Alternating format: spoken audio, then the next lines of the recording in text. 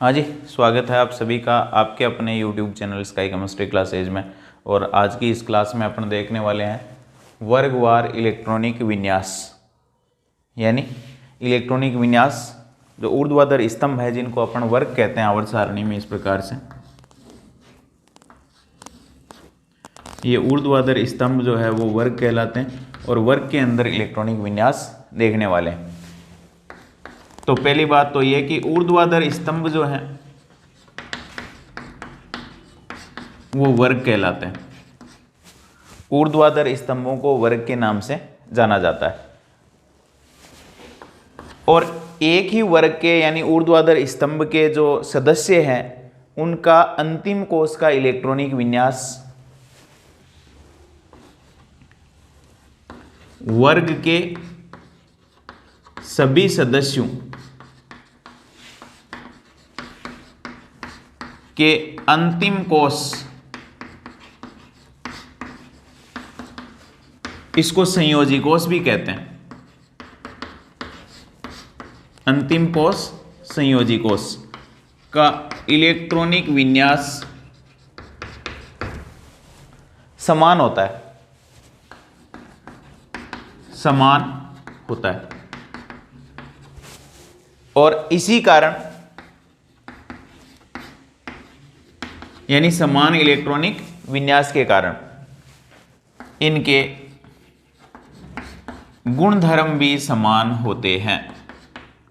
गुणधर्म भी समान होते हैं।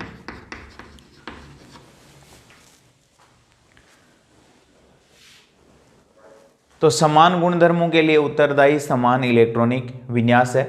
और एक ही ऊर्ध्वाधर स्तंभ या वर्ग के सदस्यों के इलेक्ट्रॉनिक विन्यास और गुणधर्म समान इलेक्ट्रॉनिक विन्यास के कारण समान होते हैं, यानी अंतिम कोष का इलेक्ट्रॉनिक विन्यास सेम होता है, जिसको संयोजी कोष के नाम से जाना जाता है। तो ये तो बात हुई ऊर्ध्वाधर स्तंभ और इलेक्ट्रॉनिक विन्यास और संयोजी इलेक्ट्रॉनों की। अब इनको एक ही परिवार के, एक वर्ग के सदस्यों को एक परिवार के सदस्य भी कहते हैं। एक ही वर्ग के सदस्य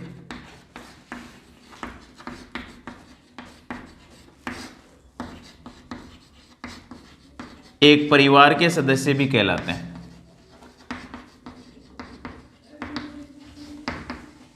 यानी एक वर्ग को एक परिवार कह सकते हैं और उनके गुणधर्म समान होते हैं। अंतिम कोष या संयोजी कोष का इलेक्ट्रॉनिक विन्यास भी समान होता है। उसके बाद अपन देखने वाले हैं तत्वों के इलेक्ट्रॉनिक विन्यास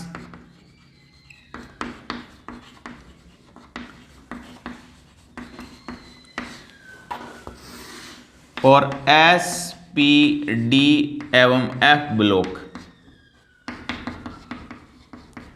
S, P, D, F block, यानी तत्वों के इलेक्ट्रॉनिक विन्यास और उनका S, P, D, F block से क्या संबंध है। तो आवर्त सारणी के अंदर 4 ब्लॉक्स हैं। एक एस ब्लॉक, एक डी ब्लॉक, एक पी ब्लॉक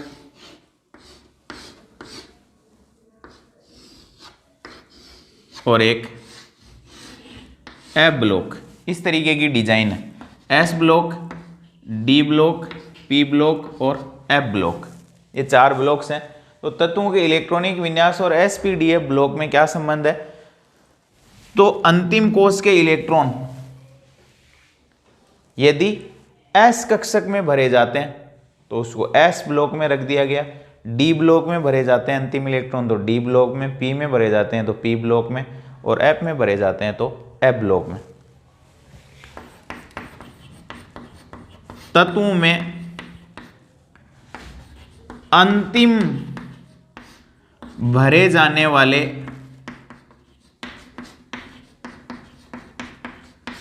कक्षक के आधार पर तत्वों को आवर्त सारणी में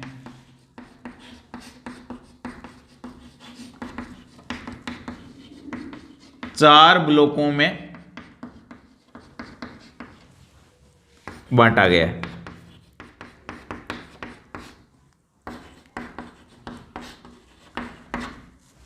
अब एक ऊर्ध्वाधर स्तंभ है या वर्ग है, उसके सभी सदस्यों में अंतिम इलेक्ट्रॉन समान कक्षक में भरे जाते हैं। एक ही वर्ग के सभी सदस्यों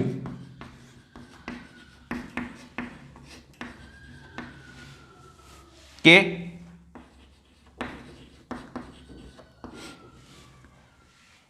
कक्षकों में अंतिम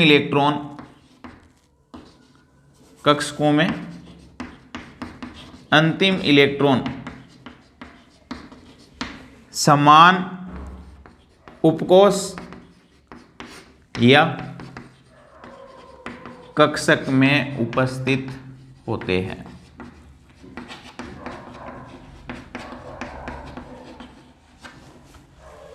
अब अंतिम इलेक्ट्रॉन जो है वो जिस उपकोष में भरा जाएगा उस उपकोष को उस ब्लॉक में रख दिया गया। अंतिम इलेक्ट्रॉन S में तो S ब्लॉक में, D में भरा जाता है अंतिम इलेक्ट्रॉन तो D, P में भरा जाता है तो P, और F में भरा जाता है तो F ब्लॉक के अंदर उन तत्वों को रखा गया है। तो इससे 4 ब्लॉक्स अपने पास आवर्त सारणी के अंदर बन गए हैं, 4 ब्लॉकों का यह निर्माण हो गया। तो एक ही वर्ग के सभी सदस्यों कक्षकों में अंतिम इलेक्ट्रॉन समान उपकोष या कक्षक में उपस्थित होते हैं। लेकिन यहां अपवाद है 2। एक तो अपवाद है हीलियम, ये अपवाद है। अब ये अपवाद क्यों है? ये अपवाद इसलिए है कि हीलियम को इसका इलेक्ट्रॉनिक विन्यास होता है 1s2, होना चाहिए था ये s ब्लॉक में, क्योंकि इसमें अंतिम इलेक्ट्रॉन s कक्षक में भरा गया है तो s ब्लॉक का सदस्य होना चाहिए था। लेकिन ये s ब्लॉक में नहीं होकर के p ब्लॉक में स्थित है। अब ऐसा क्यों किया गया है? ऐसा इसलिए किया गया है कि हीलियम जो है वो वर्ग संख्या 18, ऊर्ध्वाधर स्तंभ वर्ग संख्या 18 के सदस्यों से समानता दर्शाता है। उसमें अक्रिय गैसें रखी गई है और हीलियम भी क्या है? अक्रिय गैस है। इसलिए इसका अंतिम इलेक्ट्रॉन s कक्षक में भरे जाने के बावजूद इसको p ब्लॉक में ऊपर स्थान दिया गया है। लास्ट वाला जो ब्लॉक आपको दिखाई दे रहा है p में, उसमें भी लास्ट वाली जो ऊर्ध्वाधर स्तंभ है उसके अंदर ऊपर ही ऊपर इसको स्थान दिया गया है। तो उसका कारण तो ये हुआ। फिर एक है हाइड्रोजन। हाइड्रोजन को आवर्त सारणी में इसमें अंतिम इलेक्ट्रॉन s कक्षक में भरा जाता है तो ये s ब्लॉक का सदस्य होना चाहिए था, लेकिन इसको आवर्त सारणी के ऊपर यहाँ अलग से स्थान दिया गया है। ऐसा क्यों किया गया है? ऐसा इसलिए किया गया है क्योंकि हाइड्रोजन जो है उसके अंतिम कोष में एक इलेक्ट्रॉन है। ये एक इलेक्ट्रॉन त्याग करके तो वर्ग संख्या 1, ये जो पहला ऊर्ध्वाधर स्तंभ है उसके पास भी बाह्यतम कोष में, संयोजी कोष में एक इलेक्ट्रॉन होता है।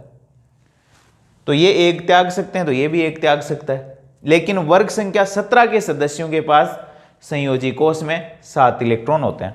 जैसे मैं क्लोरीन की बात करूं तो 2, 8, 7, 17 नंबर पे आती है क्लोरीन। संयोजी कोष में 7 इलेक्ट्रॉन होते हैं। एक इलेक्ट्रॉन ग्रहण करके अष्टक पूरा कर सकते हैं। अब एक इलेक्ट्रॉन ग्रहण करके अष्टक पूरा कर सकते हैं, यानी कौन सा विन्यास आ जाएगा? एक इलेक्ट्रॉन जुड़ते 2, 8, 8 आर्गन विन्यास आ जाएगा। तो ये भी तो एक इलेक्ट्रॉन ग्रहण करके क्या प्राप्त कर सकता है? अक्रिय हीलियम गैस का विन्यास प्राप्त कर सकता है। तो विवाद हो गया कि s ब्लॉक के वर्ग संख्या 1 के साथ रहूं जिनके पास 1 इलेक्ट्रॉन है, या वर्ग संख्या 17 के पास रहूं जिनके पास 7 इलेक्ट्रॉन है। एक इलेक्ट्रॉन ग्रहण करके वो अक्रिय गैस विन्यास प्राप्त कर लें। तो वर्ग 1 और 17 के बीच में विवाद की स्थिति उत्पन्न हो गई कि हाइड्रोजन को वो कह रहा है मैं रखूंगा और 17 नंबर कह रहा है मैं रखूंगा। तो हाइड्रोजन क्या करता है कि तुम दोनों ही छोड़ो और मैं यहाँ ऊपर बैठ जाता हूँ आके आवर्त सारणी के। तो आवर्त सारणी के ऊपर s ब्लॉक में होना चाहिए था स्थान, लेकिन विवाद की स्थिति होने के कारण गुणधर्मों में इलेक्ट्रॉनिक विन्यास में कुछ समानताएं वर्ग संख्या 1 के साथ, कुछ 17 के साथ दर्शाता है। इसलिए दोनों से ही अलग करके ऊपर आवर्त सारणी के ऊपर अलग से स्थान दे दिया गया। किसको? हाइड्रोजन को। तो यहाँ 2 अपवाद हैं। एक हीलियम होना चाहिए था s ब्लॉक में, रखा गया p ब्लॉक में। हाइड्रोजन तो ये तो अक्रिय गैसों से समानता है कारण इसको पी ब्लॉक में रखा है। और हाइड्रोजन को विवाद की स्थिति 2 के साथ, वर्ग 1 और वर्ग संख्या 17 के साथ विवाद के कारण इसको आवर्त सारणी के ऊपर अलग से स्थान दिया गया है। तो दोनों की समस्या सॉल्व हो गई। बाकी अंतिम इलेक्ट्रॉन जिस उपकोष में भरे जाते हैं उस तत्व को उसी ब्लॉक के अंदर रखा गया है। तो इस आधार पर अंतिम इलेक्ट्रॉन जिस उपकोष या कक्षक में भरे जाते हैं उस आधार पर आवर्त सारणी में 4 ब्लॉक निर्मित हो गए इन 2 अपवादों को छोड़ करके। तो ये तत्वों के इलेक्ट्रॉनिक विन्यास और sp-df ब्लॉक। अब अपन यहां देखने वाले हैं s block, p block, d block और f block.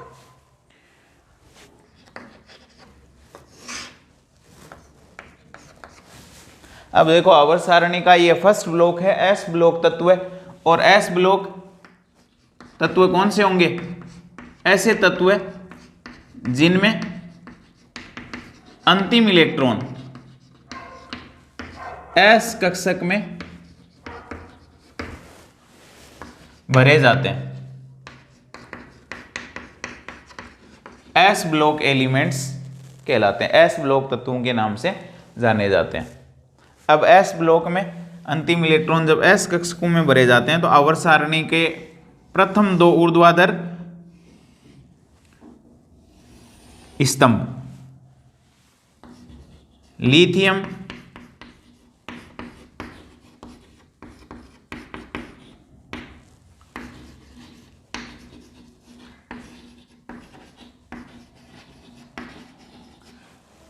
Lithium, beryllium, sodium, magnesium, potassium, calcium, rubidium, strontium, caesium, barium और फ्रांसियम और रेडियम, ये तत्व कौन से ब्लॉक में आवर्त सारणी के? एस ब्लॉक में।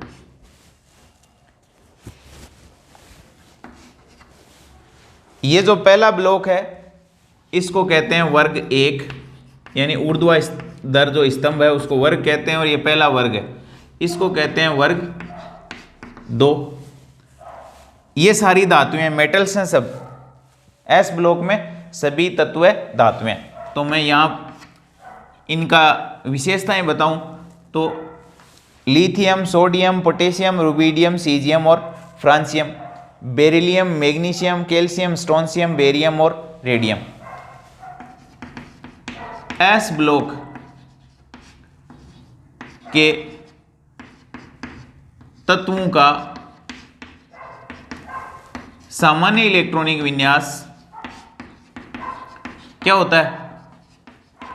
NS1 से 2। ये अंतिम कोष का लिख रहे हैं अपन। जैसे मैं लिथियम या सोडियम की बात करूं तो 1s2 2s1, तो ये रहा NS1। और इसका हो जाएगा बेरिलियम का 1s2 2s2, तो 1 से 2। NS इनमें सबका 1 होगा और इनमें सबका 2 होगा। तो NS 1 से लेकर के 2 तक। N या क्या है? मुख्य क्वांटम संख्या है। S कक्षक काम में आएगा। अंतिम इलेक्ट्रॉन या तो 1 होगा या 2 होगा। वर्ग संख्या 1 के सदस्यों में अंतिम इलेक्ट्रॉन 1 और 2 वालों में 2।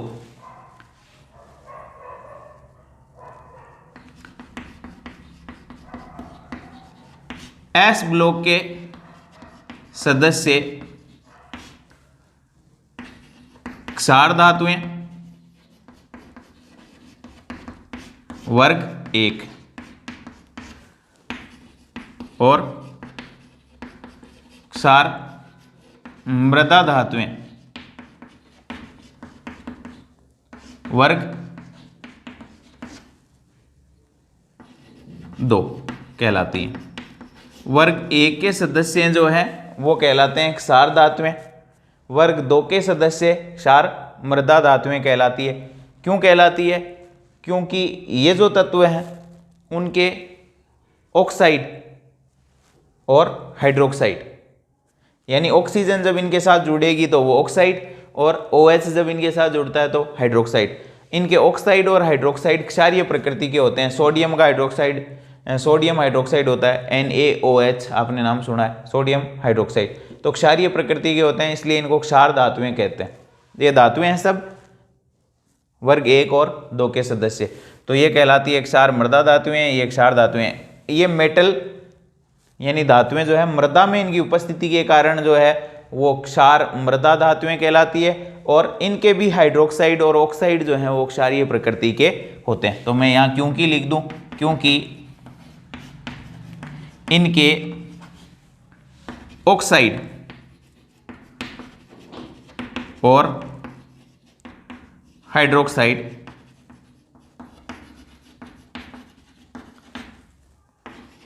क्षारीय प्रकृति के होते हैं,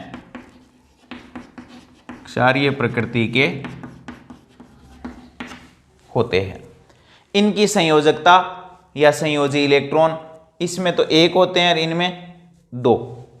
तो वर्ग संख्या 1 के सदस्य संयोजी इलेक्ट्रॉन 1, वर्ग संख्या 2 के सदस्य संयोजी इलेक्ट्रॉन 2। वर्ग 1 एवं वर्ग 2 के सदस्यों की संयोजकताएं क्रमशः 1 एवं 2 होती है, और इनकी ऑक्सीकरण अवस्थाएं यानी ये बाह्यतम कोश से कितने इलेक्ट्रॉन डोनेट कर सकते हैं, तो ये सब 1 इलेक्ट्रॉन और ये सब 2 इलेक्ट्रॉन डोनेट कर सकते हैं। इनकी ऑक्सीकरण अवस्थाएं यानी बाह्यतम कोश से त्यागे गए इलेक्ट्रॉन अवस्थाएं भी क्रमशः +1 एवं +2 होती है। यानी इनसे कोई इलेक्ट्रॉन लेने वाला है तो ये सब 1 इलेक्ट्रॉन दे सकते हैं, ये सब 2 इलेक्ट्रॉन दे सकते हैं, और इलेक्ट्रॉन त्यागने की प्रवृत्ति अप टू डाउन इनके अंदर बढ़ती है। यानी मैं यूं कहूं कि वर्ग में अप टू डाउन इलेक्ट्रॉन त्यागने की प्रवृत्ति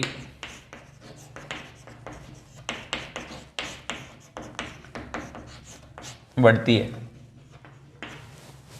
इलेक्ट्रॉन निष्कासित करने की प्रवृत्ति बढ़ती है। धात्विक गुणधर्म बढ़ता है, ये आगे चर्चा करेंगे क्यों बढ़ता है। और आयनन एंथैल्पी, इसको भी आगे देखेंगे। आयनन एंथैल्पी घटती है अप टू डाउन, और ये सब इलेक्ट्रॉन खोकर के धनायन बनाने की प्रवृत्ति रखते हैं। एस ब्लॉक के सभी सदस्य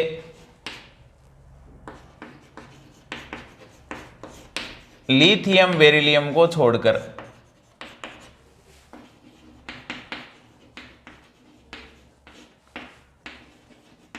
धनायन बनाने की प्रवृत्ति रखते हैं। धनायन बनाने की प्रवृत्ति इनमें होती है सामान्यतः। ये क्या करते हैं, अपने बाह्यतम कोश से 1 इलेक्ट्रॉन, वो अपने बाह्यतम कोश से इधर वाले 2 इलेक्ट्रॉन त्याग करके क्या बना लेते हैं, ये +2 चार्ज वाले बना लेते हैं, यानी Mg+2, Ca+2, Sr+2, Ba+2, ये +1 वाले, क्योंकि इनके बाह्यतम कोश में ये साधारणतया जो है वो आसानी से इलेक्ट्रॉन नहीं त्यागते हैं, क्योंकि नाभिकीय आवेश ज़्यादा होता है, आकार छोटा होता है, और ये दोनों रेडियो एक्टिव होते हैं, इसलिए इसकी भी इलेक्ट्रॉन त्यागने की प्रवृत्ति कम होती है। तो बीच वाले इन्हीं तत्वों के, ऊपर वाले और नीचे वाले की बात नहीं करेंगे, बीच वाले तत्वों की अपन यहाँ बात करेंगे। तो ये +1 और ये +2 में ही आपको देखने को मिलेंगे। तो ये तो बात हुई एस ब्लॉक के तत्वों की। अब एस ब्लॉक तत्वों के बाद में अपने आता है पी ब्लॉक एलिमेंट्स। इससे पहले अपने इनका इलेक्ट्रॉनिक विन्यास देख लेते हैं कि इनके इलेक्ट्रॉनिक विन्यास किस टाइप के होते हैं।